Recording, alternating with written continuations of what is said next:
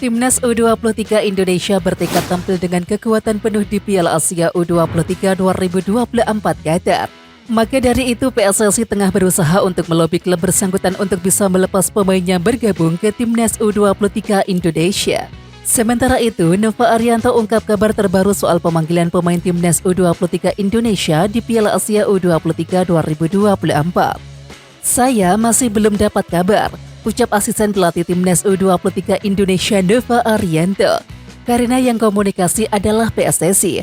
PSSI yang bisa menjelaskan. Kami berharap bisa hadir semua, ujar Nova Arianto saat ditemui oleh awak media di Akademi Sepak Bola Garuda Yaksa Bekasi Rabu 6 Maret 2024.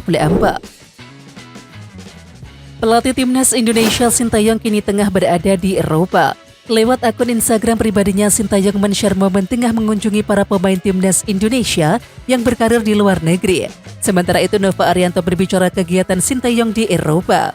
Pastinya Coach Shin melihat kondisi pemainnya, ucap Nova Arianto.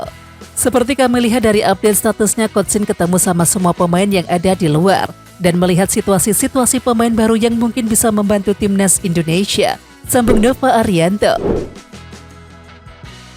Asisten pelatih Sintayong Nova Arianto mengonfirmasi Shane Patinama mengalami cedera jelang laga Timnas Indonesia versus Vietnam di laga lanjutan grup F kualifikasi Piala Dunia 2026 zona Asia. Meskipun begitu, Nova Arianto memastikan belum tentu Shane Patinama absen lantaran ada kemungkinan pemain KAS Yupen itu hanya mengalami cedera ringan. Nova Arianto menyampaikan kalau saat ini kondisi Shane Patinama terus dipantau. Nova tidak bisa memastikan apakah pemain yang berusia 25 tahun itu bisa merapat atau tidak. Tapi diharapkan Shane Patinama bisa bergabung dalam skuad Garuda yang dijadwalkan berkumpul pada tanggal 18 Maret 2024. Masih mengontrol kondisi dari Shane menyampaikan juga sedikit mengalami cedera, tapi dia masih melihat situasinya apakah bisa tampil atau enggak, ujar Nova Arianto kepada wartawan Rabu 6 Maret 2024. Jadi kita masih melakukan komunikasi. Semoga Shane tidak terlalu parah biar bisa tampil, sambungnya kemudian. Media Vietnam Soha.vn menyebut bahwa Sintayong ketakutan jelang laga Timnas Indonesia versus Timnas Vietnam di kualifikasi Piala Dunia 2026 zona Asia, yakni pada tanggal 21 dan juga 26 Maret 2024. Soha menilai bahwa Sintayong ketakutan karena mayoritas pemain Timnas Indonesia harus melakoni puasa Ramadan, yakni ketika bersua Timnas Vietnam. Ya, komentar Sintayong setahun yang lalu yakni pada bulan Maret 2023 yang mengindikasikan agar para pemainnya tidak melakoni puasa Ramadan di hari pertandingan kembali dimunculkan Soha.vn. Media Vietnam ini menyebut bahwa puasa Ramadan berpotensi menjadi halangan Timnas Indonesia saat bersua Vietnam. Timnas Indonesia menghadapi kekhawatiran pelatih Tuse dan Timnas Vietnam berpeluang membalaskan dendamnya atas Timnas Vietnam dalam 2 pertandingan, tulis Soha dalam judul artikel yang mereka buat. Pelatih Sintayong menghadapi kekhawatiran yang berasal dari puasa Ramadan. Hal ini bisa berdampak signifikan terhadap kondisi fisik para pemain, lanjut Soha.vn. Pelatih Timnas Indonesia Sintayong ingin banyak pemain Indonesia bisa berkarir di Italia. Sampai saat ini hanya Ceicis yang memiliki kesempatan berkarir di sana bersama tim Venezia FC. Beberapa waktu yang lalu Sintayong menyempatkan berkunjung ke pertandingan Ceicis saat Venezia FC bertemu dengan Como di Stadion Giuseppe Sinigaglia. Sintayong ingin agar banyak pemain asal Indonesia bisa berkarir di sana dan juga merasakan level yang berbeda. Menurutnya hal tersebut jadi momen yang penting agar mereka bisa terus berkembang di masa depan.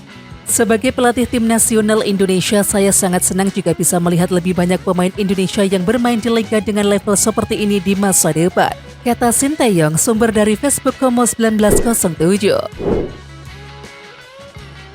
Timnas Indonesia akan melakukan perjuangan di putaran kedua grup F kualifikasi Piala Dunia 2026 zona Asia yang akan kembali dihelat pada Maret 2024 ini.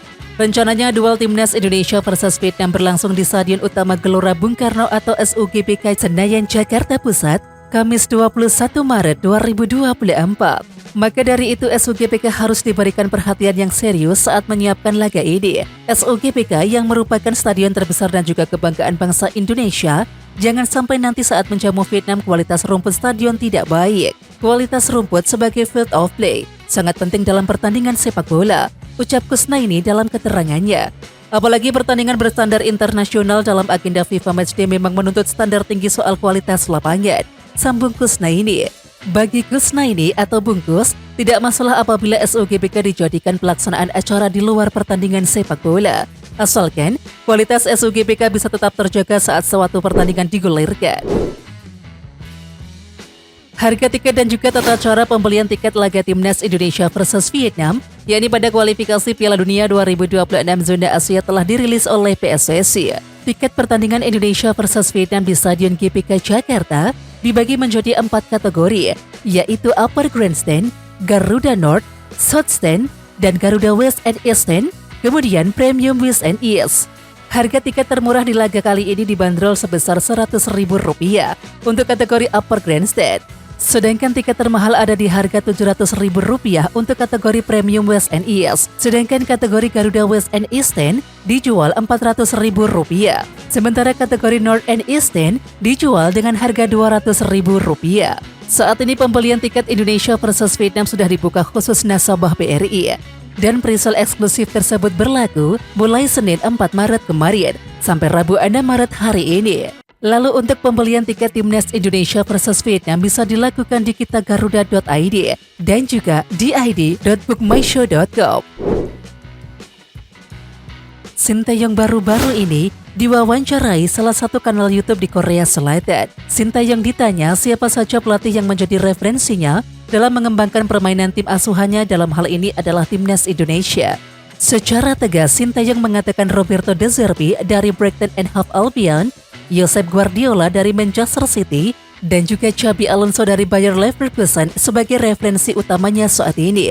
Sekarang saya melihat banyak permainan dari Brighton, Xabi Alonso dan Manchester City untuk mengembangkan gaya permainan sendiri, kata Sintayong, sumber @football.indonesia.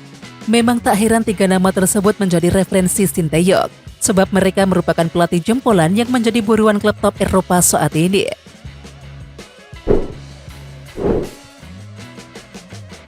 Oke Timnas Lovers, siapa kita?